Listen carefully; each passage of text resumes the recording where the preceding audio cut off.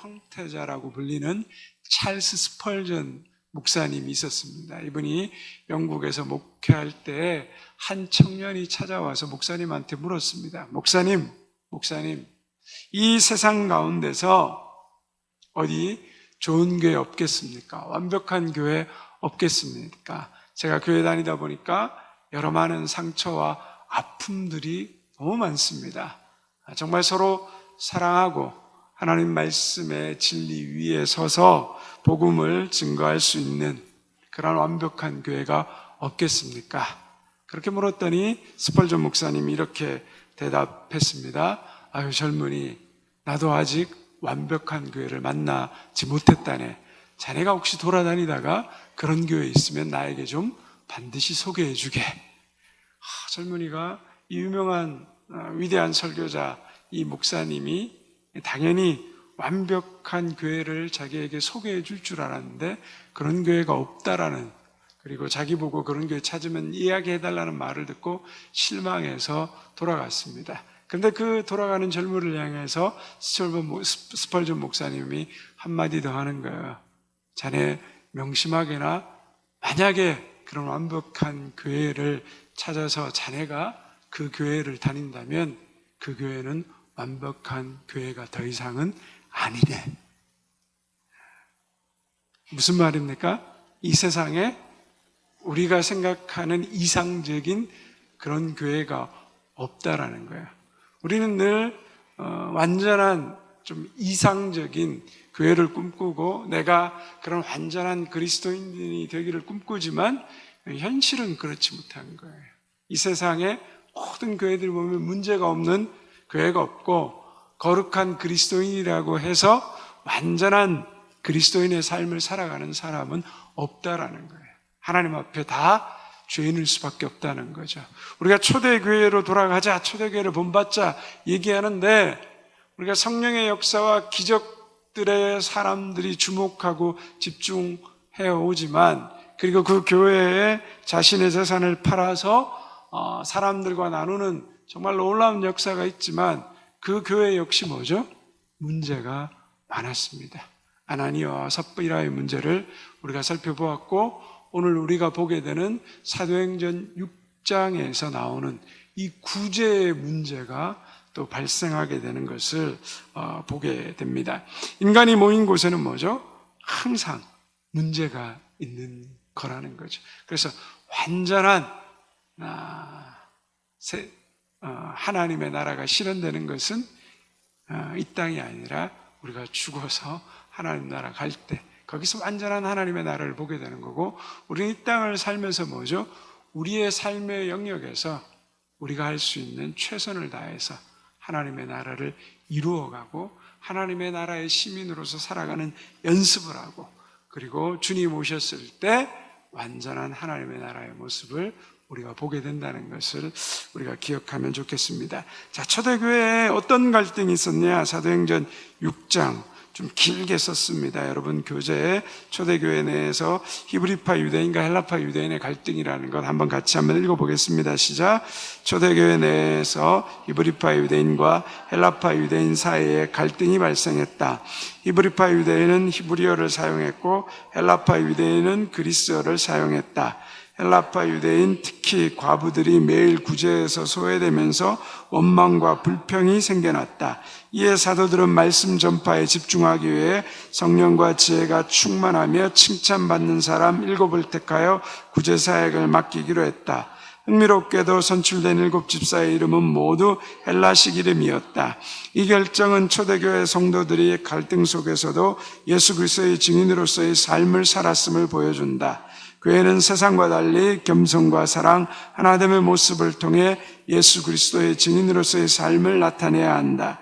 우리의 직분과 은사, 일은 모두 예수님을 증거하기 위한 도구여야 한다. 자, 사도행전 6장에 보면 어떤 설명도 없이 갑자기 헬라파, 히브리파, 유대인이란 표현들이 나옵니다. 히브리파 유대인들이라는 것은 예루살렘을 중심으로 히브리어를 사용했던 사람이죠. 엄격히 말하면 아람어를 사용했다.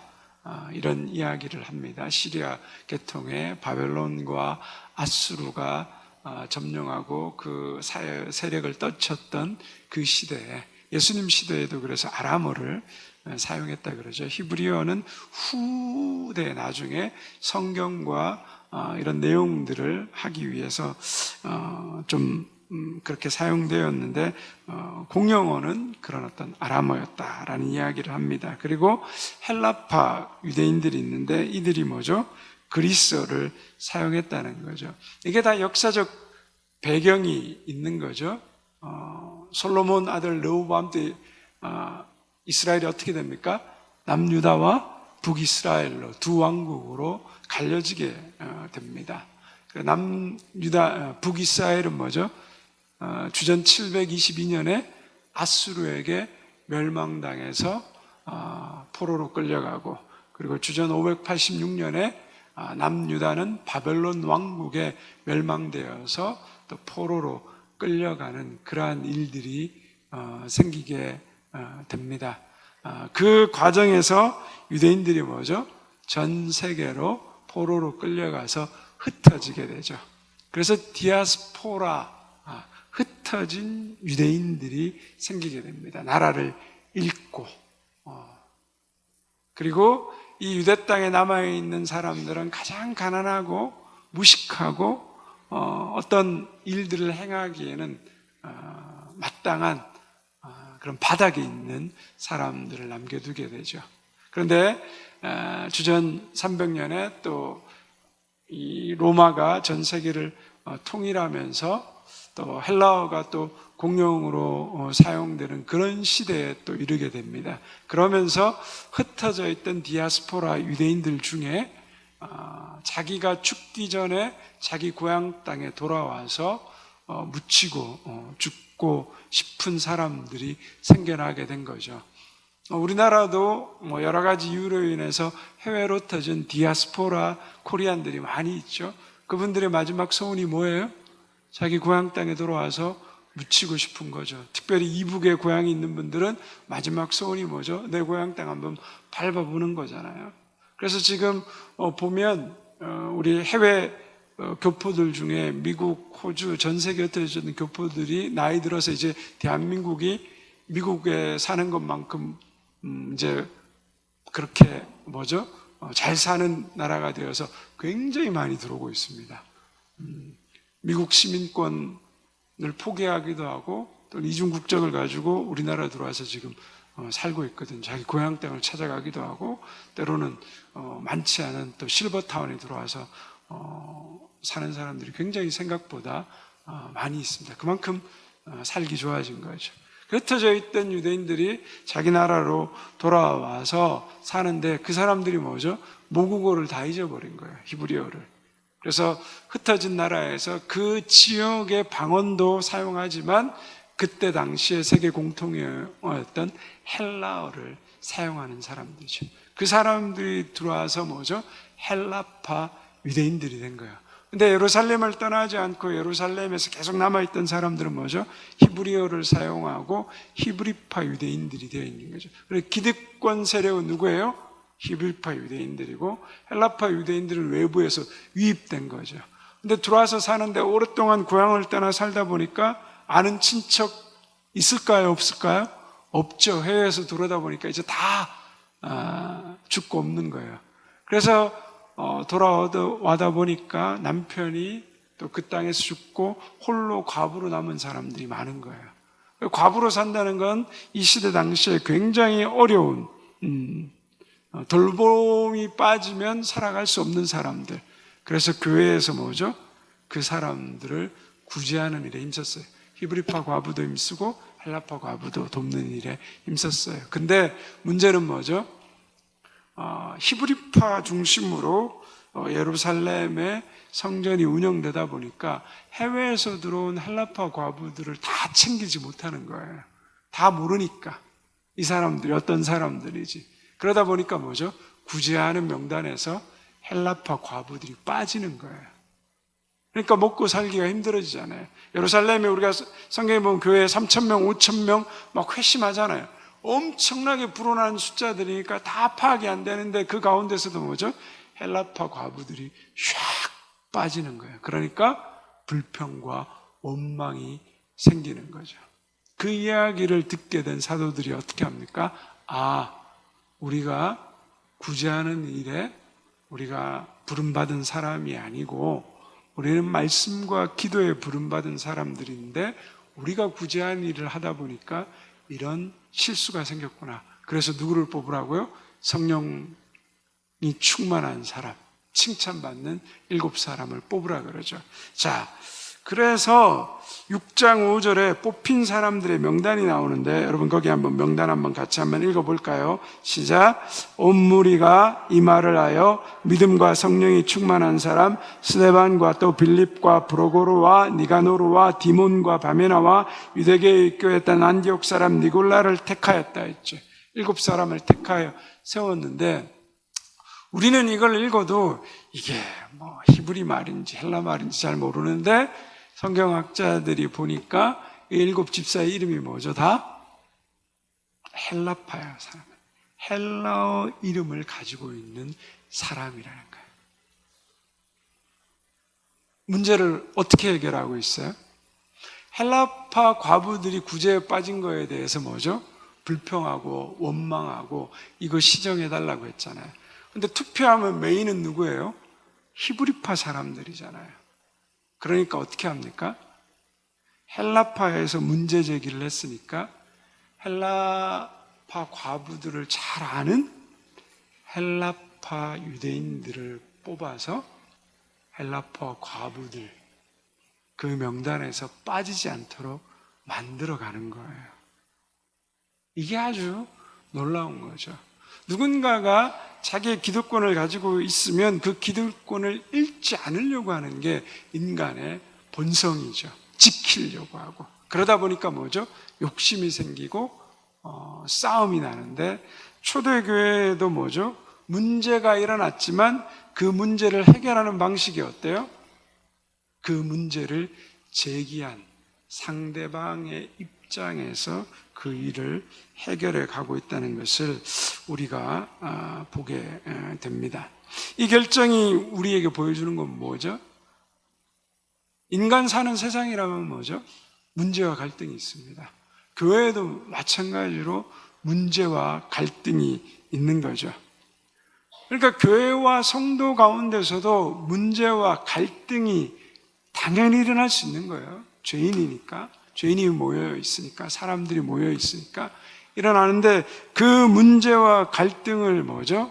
세상은 이기기 위해서 자기가 중심이 되기 위해서 상대방을 누르고 쳐내고 다툼과 분열로 이 일들을 만들어 가는데 교회는 지금 어떻게 하고 있어요? 자기의 기득권을 내려놓고 겸손하고 사랑하고 뭐죠? 분열과 다툼이 아니라 하나됨의 모습을 만들어가는 거죠. 이것이 뭡니까? 어떤 삶이죠? 예수 그리스도의 증인된 삶을 보여주는 거죠.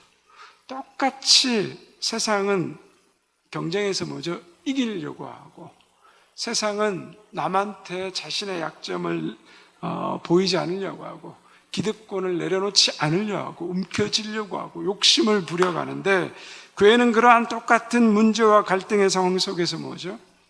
이기적이 아니라 이타적이 되고 분열하고 다투어가는 것이 아니라 하나됨을 이루어간다. 이것이 뭐죠? 예수 그리스도께서 우리에게 보여주신 삶이고 예수 그리스도의 증인으로서 삶이라는 거죠.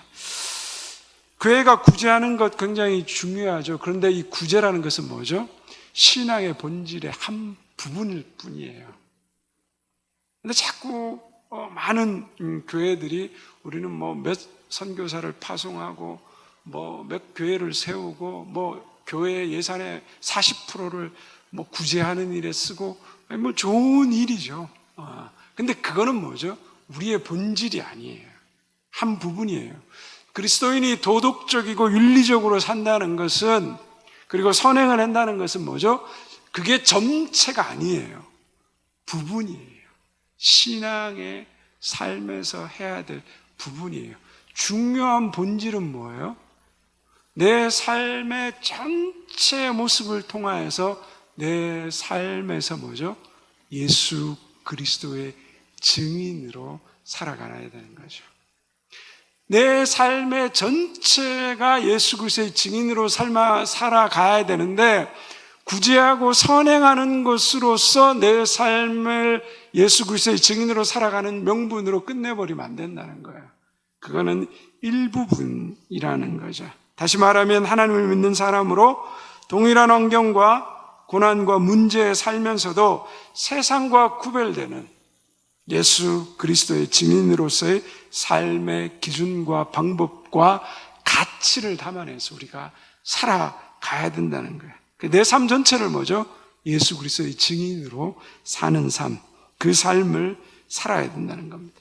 그래서 무슨 일로 우리가 부름을 받았든지 간에 우리는 복음으로 살고 예수 그리스도의 증인으로 사는 삶이 중요합니다. 교회에서 나는 회계니까 회계만 잘하면 되지. 나는 회장이니까 부서만 잘 이끌면 되지.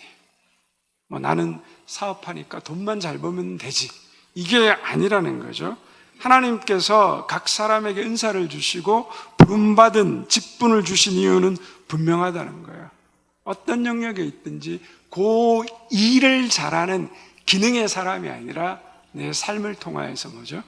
예수 그리스도가 증거되는 삶을 살아야 된다는 거죠. 그래서 직분, 은사, 일을 잘한다는 의미도 달라져야 된다는 거죠. 일 잘한다고 하면 일 빨리 처리하고 탁월하게 하는 것으로 생각하기 쉬운데, 그런데 교회에서, 가정에서, 직장에서 일을 잘하는 것은 빨리 하고 탁월하게 하고 아무도 말 못할 정도로 완벽하게 해내는 것이 아니라 뭐죠?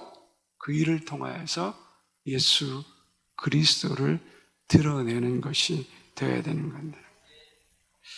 하나님이 우리 각자를 삶에 부르신 이유는 뭐죠? 분명하다는 거예요. 내가 예수님의 증인이 되도록 살아가는 것. 내가 일도 잘하고 탁월하게 하고 남들이 보기에 아싸란데 내 삶이 뭐죠? 예수 그리스도의 증인으로서의 삶의 모습이 없으면 그거는 바르지 못하다라는 거죠. 그래서 가장 중요한 것은 우리가 어떤 일을 하든지 내 삶에서 하나님이 부르신 부름의 삶, 그것은 뭐죠? 예수 그리스도의 증인의 삶이라는 것이죠.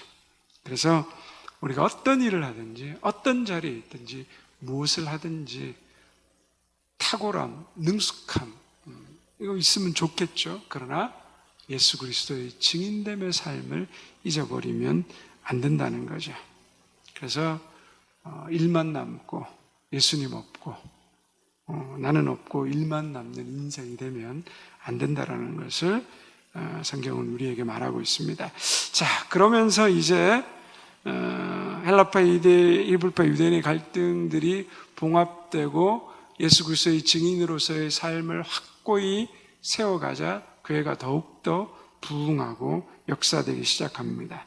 그런데 그 부흥과 역사 이면에 또 다시 그 교회가 세워지고 부흥되는 것을 방해하는 세력이 등장하게 되죠. 그러면서 스데반의 순교가 길게 다뤄집니다. 사도행전 6장 8절에서부터 7장 60절까지 이어집니다. 한번 그 스데반의 순교 같이 한번 읽어볼까요? 시작.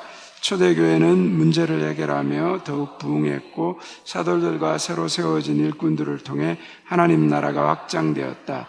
7 집사 중 스데반은 표적과 기사를 행하고 복음에 대해 논쟁했다. 종교 지도자들은 스데반을 당해내지 못하자 거짓 증인을 세워 그를 고발했다. 스데반은 산헤드린 공회 앞에서 설교를 하며 이스라엘의 역사를 통해 백성들이 늘 하나님 뜻에 불순종하고 거부했음을 지적했다. 그럼에도 불구하고 하나님은 그들의 무지와 반대, 적대까지도 사용하여 하나님의 뜻을 이루었다. 자, 뒤에 보면 그 사도행전 7장 스데반의 설교의 핵심 내용이 나옵니다. 첫째 보면 7장 2절에서 16절까지 하나님의 역사하심에 대해서 나옵니다. 자, 주요 내용 한번 읽어볼까요? 시작. 하나님은 아브라함에게 나타나셨고 이스라엘 역사를 통해 구원 계획을 이루셨다. 그래서 세부 설명 보면 아브라함에게 약속하신 땅과 자손의 언약, 요셉을 통해 애굽에서 이스라엘 민족을 보존하셨다라는 이야기를 스데반이 쭉 합니다. 두 번째로 7장 17절에 43절까지 모세와 율법에 대해서 얘기합니다. 주요 내용 한번 읽어볼까요? 시작. 하나님은 모세를 통해 이스라엘을 구원하려 하셨으나 백성은 모세를 거부하고 우상 숭배를 하셨다. 자, 모세가 태어났는데 그리고 모세를 지도자로 세웠는데 이스라엘 백성들은 뭐죠? 계속해서 모세를 부인하고 하나님을 섬기지 않고 우상 숭배를 해왔다라는 이야기를 하죠. 그 다음에 7장 44절과 50절까지 성막과 성전에 관한 이야기합니다. 주요 내용 한번 읽어보겠습니다. 시작. 이스라엘은 하나님의 임재를 상징하는 성막과 성전을 만들었으나 하나님은 사람의 손으로 지은 곳에만 계시지 않았다. 자, 솔로몬이 성전 건축을 하고 하나님이 여기 계실 것이다 하는데 하나님은 뭐죠? 인간이 만들어 놓은 공간 안에 갇혀 계신 분이 아니다. 너희가 지금 이 성전에 하나님이 계시다고 하는데 하나님이 물론 성전에 계시지만 하나님은 온 우주 가운데 거하시는 분이라는 것을 설명합니다. 그러면서 이스라엘의 불순종에 대해서 사도행전 7장 51절과 53절에서 말합니다. 주요 내용 한번 읽어볼까요? 시작. 이스라엘은 조상 때부터 계속해서 하나님을 거역하고 선지자들을 박해 성전도 짓고 하나님이 여기 있다고 하지만 하나님이 보내신 선지자들을 어떻게 했어요? 계속해서 죽였단 말이죠.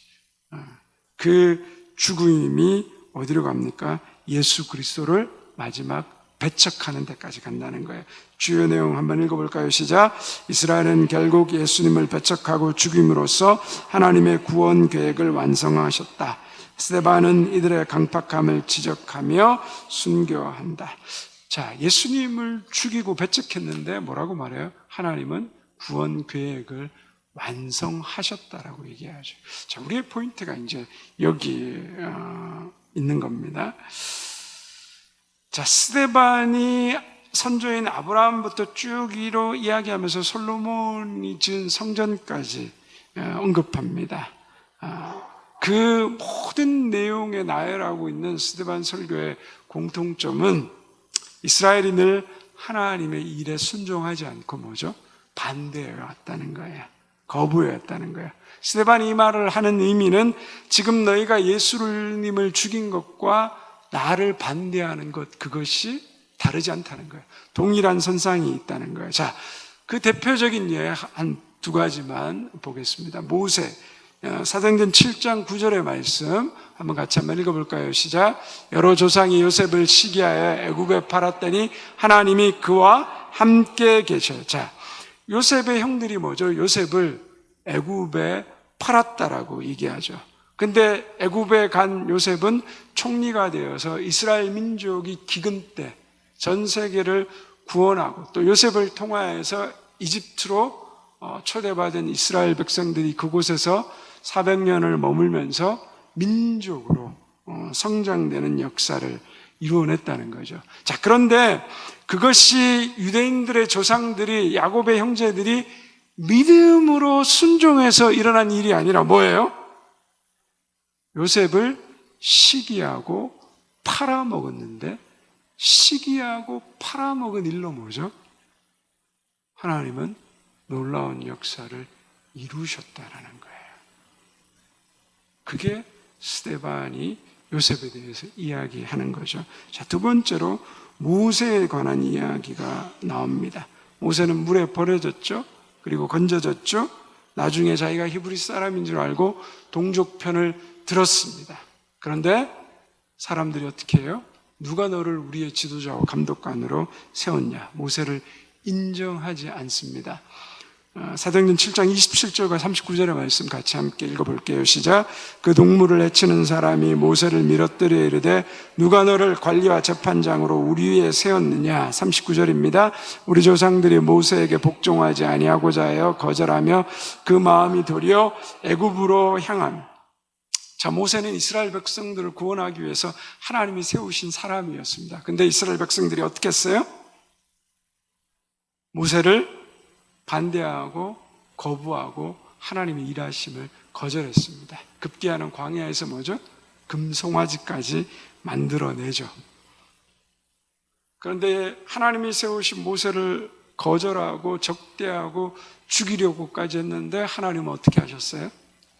그 이스라엘 백성들이 반대한 모세, 죽이려고 했던 모세를 통하여서 위대한 하나님의 출애굽의 역사를 이루어내셨다라고 이야기하고 있는 거예요. 그 후로도 솔로몬이 성전을까지 짓고 세웠지만 먼저 사람들이 하나님을 섬기지 않고 어떻게 했습니까? 남유다 북이스라엘로 나누어져서 끊임없이 우상 숭배를 해왔다라는 거죠. 그래서 하나님이 폭삭 망하게 만드시잖아요. 이것이 스데반의 중요한 설교의 요지예요. 그러면서 스데반이 이런 결론을 내립니다. 사도행전 7장 51절에서 53절 말씀 한번 같이 읽겠습니다. 시작. 목이 곧고 마음과 귀에 할례를 받지 못한 사람들아, 너희도 너희 조상과 같이 항상 성령을 거스르는도다. 너희 조상들이 선지자들 중에 누구를 박해하지 아니하였느냐? 의인이 오시리라 예고한 자들을 그들이 죽였고 이제 너희는 그 의인을 잡아준 자요 살인한 자가 되나니 너희는 천사가 전한 율법을 받고도 지키지 아니하였도다 하니라. 이스라엘이 한 일이 뭐라고요? 성령을 거스리고 어떻게 했어요?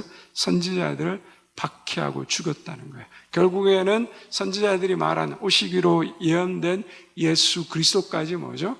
잡아서 십자가에 못 박아 죽였다라는 거예요. 그게 뭐죠?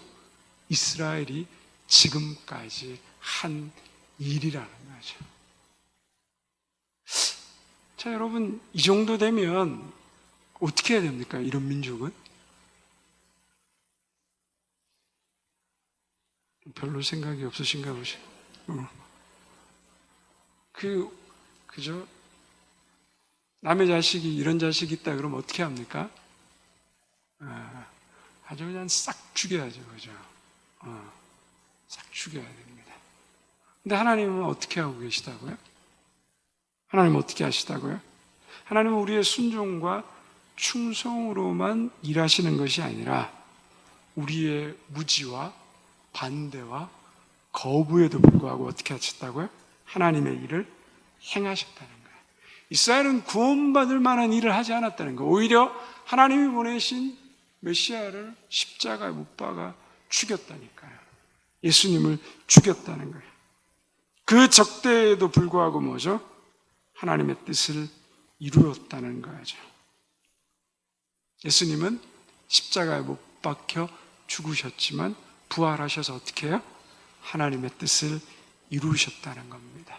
핵심이 뭐예요?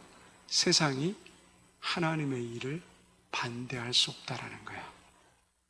세상이 하나님의 위대한 구원의 역사를 가로막을 수 없다라는 거예요. 오늘의 결론입니다. 이 하나님의 일하심에 저와 여러분이 놓여 있다는 거예요. 여러분 부끄럽지 않습니까? 저는 목사지만 매일 너무 부끄럽습니다. 이렇게 앞에 서서 설교도 하고 이렇게 남들이 보기에는 목사니까 뭔가 좀 다르겠지 생각하지만 저는 저를 알잖아요. 뭐가 다르겠어요? 화나면 성질나죠.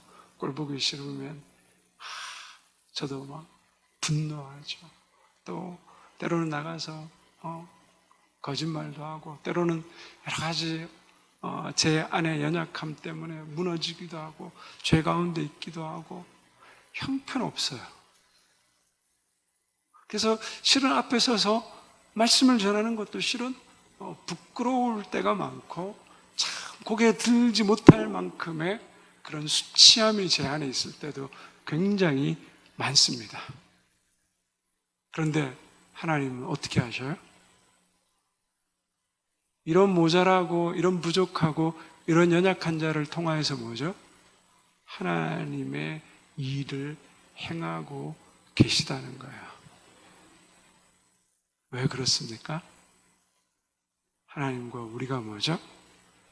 아버지와 자녀의 관계라는 거예요. 하나님과 우리는 자녀의 관계라는 거예요. 내 자식이 못나면 뭐예요? 그거 못난 거 부모도 알잖아요. 근데 못났기 때문에 나가서 되져라 호적 파버린다. 때로 이런 말도 하잖아요. 네 내 자식도 아니다. 근데 그런 말은 뭐죠? 성질나서 하는 말이지. 예, 너무 화가 나니까. 근데 그 부모가 자식과의 관계를 끊어낼 수 있습니까? 그런다고? 못 끊어내잖아요. 그럼에도 불구하고 못나도 뭐죠? 내 자식인 거예요. 평생 장애를 가지고. 내가 이 아이보다 하루만 더 살았으면 좋겠다는 게 그 부모의 소원인 분들이 장애를 가진 자녀들 부모님이거든요.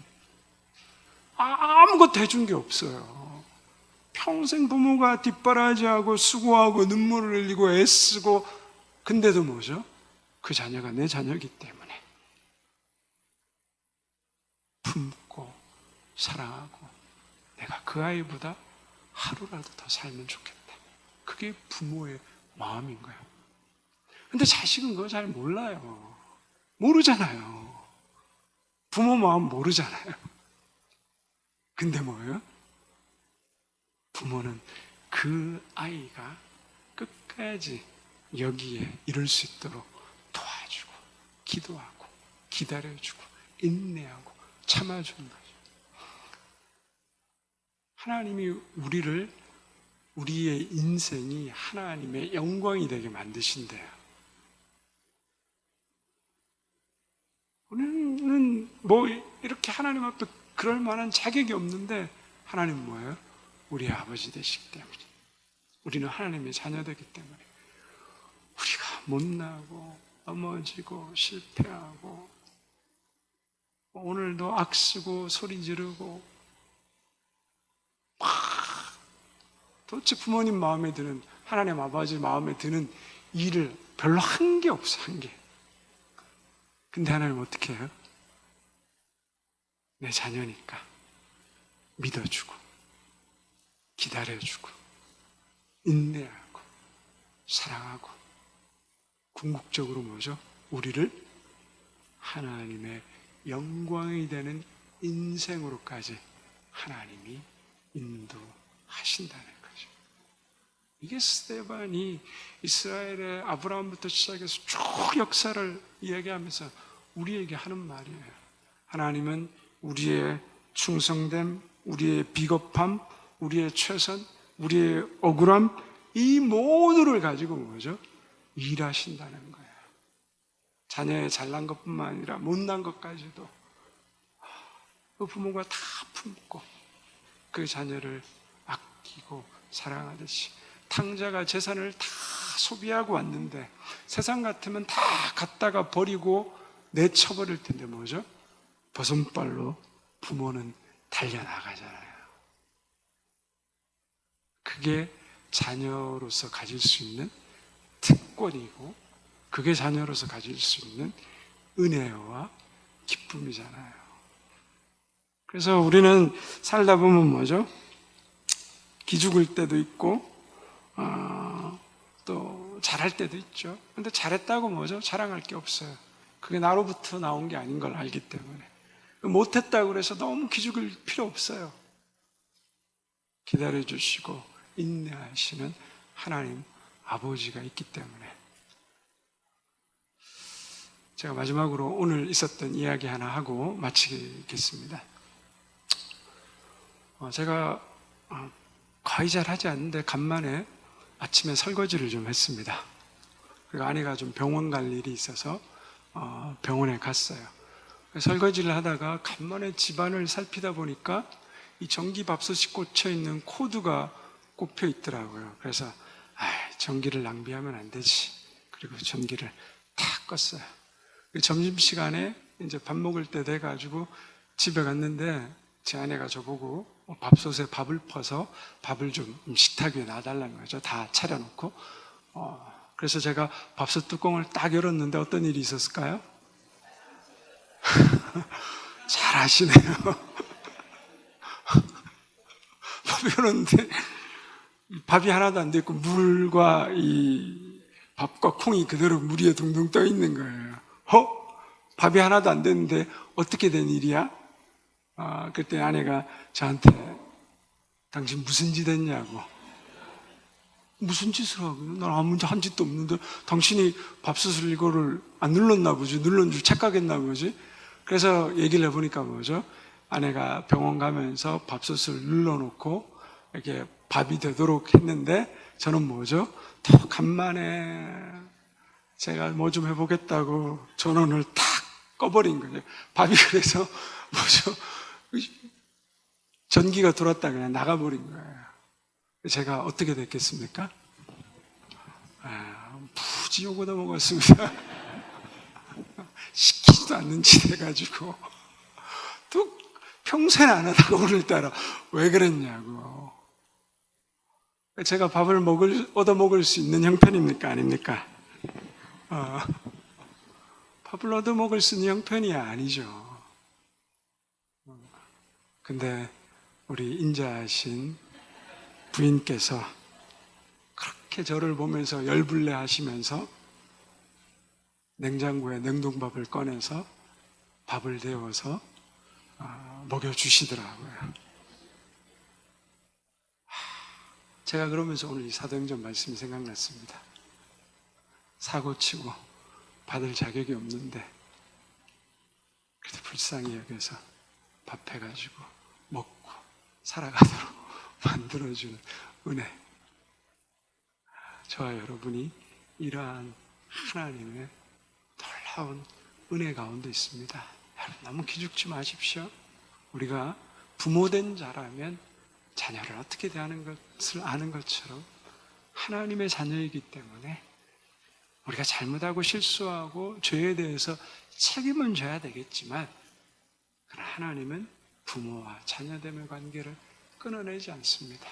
우리가 자녀를 사랑하고 기다리고 용납하고 인내하고 끝까지 그 자녀를 내 눈에 흙이 들어가기까지 자녀를 위해서 기도하듯이 하나님 오늘 동일하게 우리의 삶 가운데 그렇게 역사하고 있습니다. 그 우리를 하나님의 영광이 되게 만드신다는 그 하나님의 약속을 믿고 그 믿음 가운데서 오늘도 우리에게 주어진 이 삶을 예수 그리스도의 증인으로서 아름답게 살아갈 수 있는 저와 여러분 되시기를 주님의 이름으로 축원드립니다.